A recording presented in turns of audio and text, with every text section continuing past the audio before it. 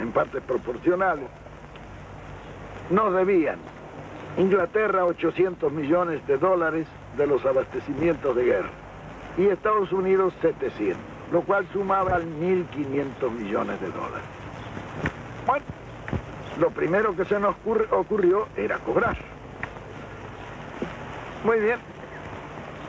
Hicimos las gestiones para cobrar. El presidente del Consejo Económico habló con que era Miguel Miranda, habló con los embajadores, y cuando él habló de cobrar, me decía que se habían reído los dos embajadores. Le contestaron que estaban cambiando la industria de guerra en industria de paz y esa transformación les llevaría 2 años.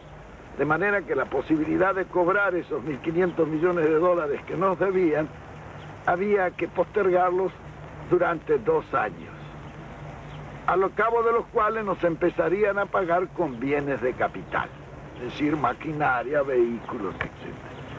Pero nosotros habíamos estudiado ese problema muy bien en el Consejo Nacional de Posguerra. El Consejo Nacional de Posguerra se llamó así porque nosotros estudiamos la forma en que íbamos a evitar que nos hicieran pagar la Segunda Guerra como nos habían hecho pagar la Primera. Esta era la primera maniobra, lo de pagar con bienes de capital después de 2 años. Porque la guerra en realidad es un acto de locura colectiva. Es como un individuo que en su casa se vuelve loco y empieza a romper todas las arañas y todo lo que tiene. Cuando pasa el ataque, viene la parte dura, que es volver a poner la casa, ¿no? Bueno, en la guerra pasada exactamente lo mismo. Había terminado la guerra y había que pagarla. Y esta era la parte dura.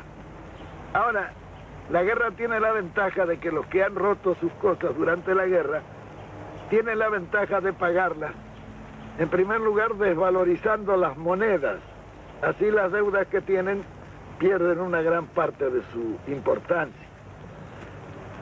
Yo recuerdo que Inglaterra en el año 48, por decreto, bajó el 30% el valor de la libra.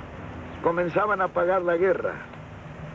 Pero cuando las monedas caen, cuando las monedas bajan en su valor, los bienes de capital suben en forma inversamente proporcional. De manera que en esa revalorización de manufacturas es con lo que nos iban a pagar en bienes de capital. En consecuencia nos robaban con la moneda y nos robaban con los precios y al final nos pagarían el 15 o el 20% del total de la deuda. Claro, como veíamos claro eso porque lo habíamos estudiado, llamamos a los embajadores y dijimos, no señores, esto no puede ser así. Nosotros tenemos una deuda de 3.500 millones de dólares que queremos repatriar, entonces comiencen ustedes por rebajarnos de esa deuda los 1.500 que nos deben. Esto dicho así en conjunto, claro, esto eran gestiones individuales con los embajadores. Lo curioso era que no querían cobrar. Claro, no se querían perder el negocio. Esa es una cosa natural. Bueno, al final yo les dijo, bueno señores, si ustedes no quieren cobrar, allá ustedes. Nosotros ya lo descontamos y lo damos por pago. Si ustedes no lo quieren cobrar, ya es cuestión de ustedes. Bueno, al final cobraron. Nosotros ya bajamos la deuda externa que nos llevaba 600 millones de dólares, bajamos a casi la mitad. Y en consecuencia la amortización e intereses bajó en una proporción semejante. Nosotros teníamos, por ejemplo, un desembolso anual de casi 800 millones de pesos en fletes de ultramar para poder sacar nuestra producción, como consecuencia de que no teníamos una marina mercante. Entonces, yo hablé inmediatamente con Alberto Odero, que era el mejor armador que ha habido en la República Argentina, y le dije, vea don Alberto, hay que hacer este asunto porque estos 800 millones de pesos deben quedar en la Argentina si transportamos en barcos argentinos. Entonces él estudió un plan para completar unas 120 o 130 mil toneladas de los barcos más indispensables para sacar nuestra producción. Nosotros vendíamos la carne a $250 la tonelada, cuando en Chicago valía $750 la tonelada. Como consecuencia que las únicas líneas de frío que podían sacar esa carne eran los barcos ingleses. Nosotros no teníamos líneas de frío para sacar nuestra carne. Naturalmente que Alberto Odero tomó inmediatamente en sus manos el asunto y, aprovechando que todos los astilleros había terminado la guerra y los astilleros estaban sin trabajo, sacamos esos barcos casi a precio de costo, lo que era negocio para los astilleros que podían conservar su personal después de esa paralización. Porque en la guerra estaban fabricando algunos barcos, un barco por día algunos astilleros. Muy bien, fue así que nosotros rápidamente tuvimos una marina mercante que pasó las 100.000 toneladas, con lo cual tuvimos línea de frío. Y entonces a los ingleses yo los llamé y les dije, bueno, ahora la tonelada de carne vale $500 la tonelada. Ellos dijeron, no la pagaremos, le dije, yo veremos. Me dice, ustedes no van a aguantar, se le van a llenar los campos de hacienda. Y yo le dije, vea, nosotros tenemos la carne, ustedes tienen el apetito, vamos a ver quién aguanta más. Efectivamente, los ingleses pagaron las $500 la tonelada. Bien, ese era un problema que se resolvía así, se resolvía a corto plazo. Lo que nos disminuía esos 800 millones de pesos que pagábamos en transportes de ultramar, ya iban a comenzar a quedar en el país. Bien, después fuimos a los servicios financieros que se pagaban casi $1.000 millones al año. En un país de una producción como el nuestro, $1.000 millones representa un negocio ruinoso si uno lo tiene que mandar al exterior en servicio financiero. ¿Para pagar qué? Para pagar las empresas de servicios públicos que eran todas extranjeras, los ferrocarriles, los tranvías y la Corporación de Transporte de la Ciudad de Buenos Aires, que había sido un acuerdo leonino que habían hecho por un contrato ley en la época de la famosa misión Rocca-Runciman en Inglaterra, el gas, en fin, todos los servicios públicos, teléfonos.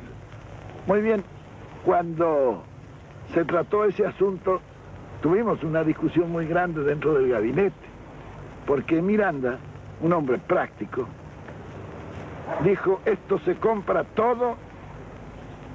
Y entonces dije, bueno, ¿con qué plata? Sin plata, dijo, y efectivamente se compró todo sin plata.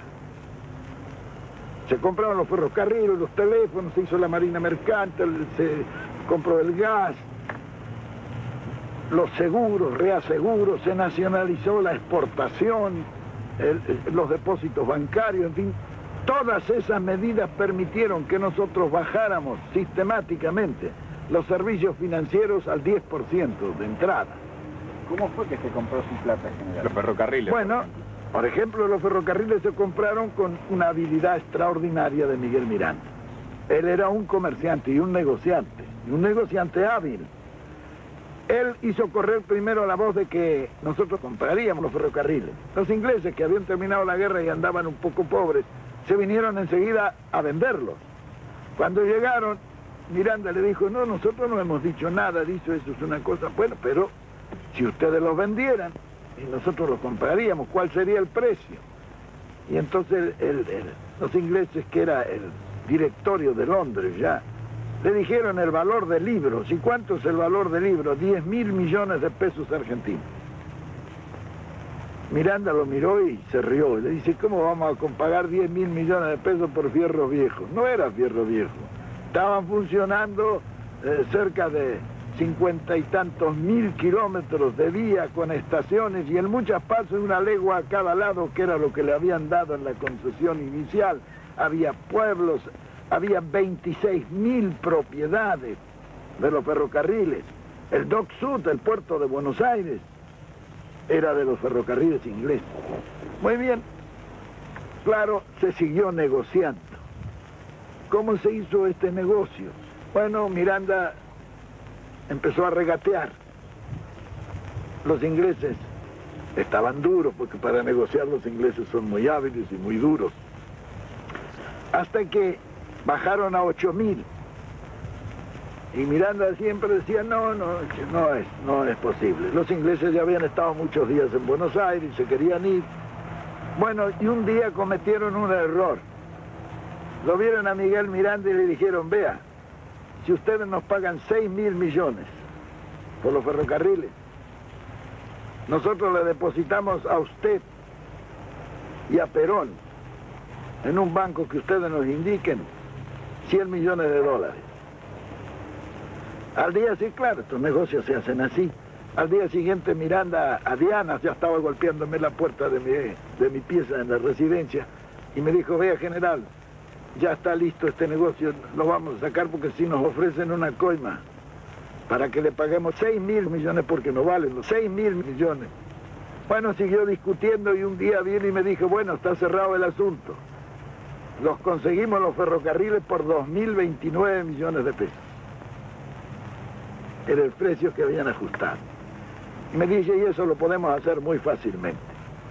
En el contrato de compra-venta, Miguel Miranda le puso que se compraban bienes directos e indirectos de los ferrocarriles.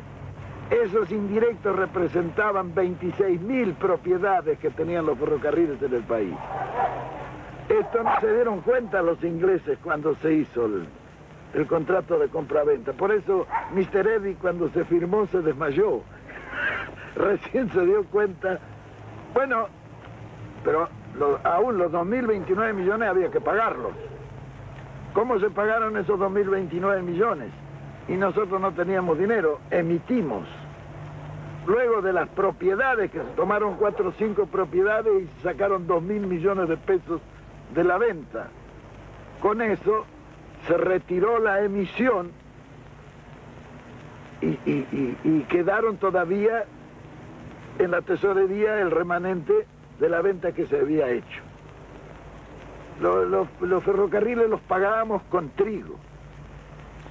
Trigo que estaba depositado en los depósitos subterráneos que habíamos hecho nosotros esperando que subiera el precio del trigo.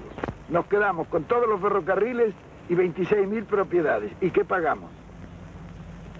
Era como decía Miranda, lo compramos con papelito. Y efectivamente se compró. Todo lo demás se hizo en forma similar, es decir, un buen negociante que, aprovechando el Estado, hizo buenos negocios. Por eso los ingleses no nos han perdonado nunca. Nos reíamos un día porque cuando fue el ministro de Agricultura me preguntaron a mí cuál era mi ascendencia por la forma en que habíamos negociado. Y yo le dije, vea, mi bisabuela era escocesa. Ah, dijeron los ingleses. Claro que organizada las finanzas y la economía interna fue posible también desarrollar todos los demás aspectos. El campo no fue abandonado como algunos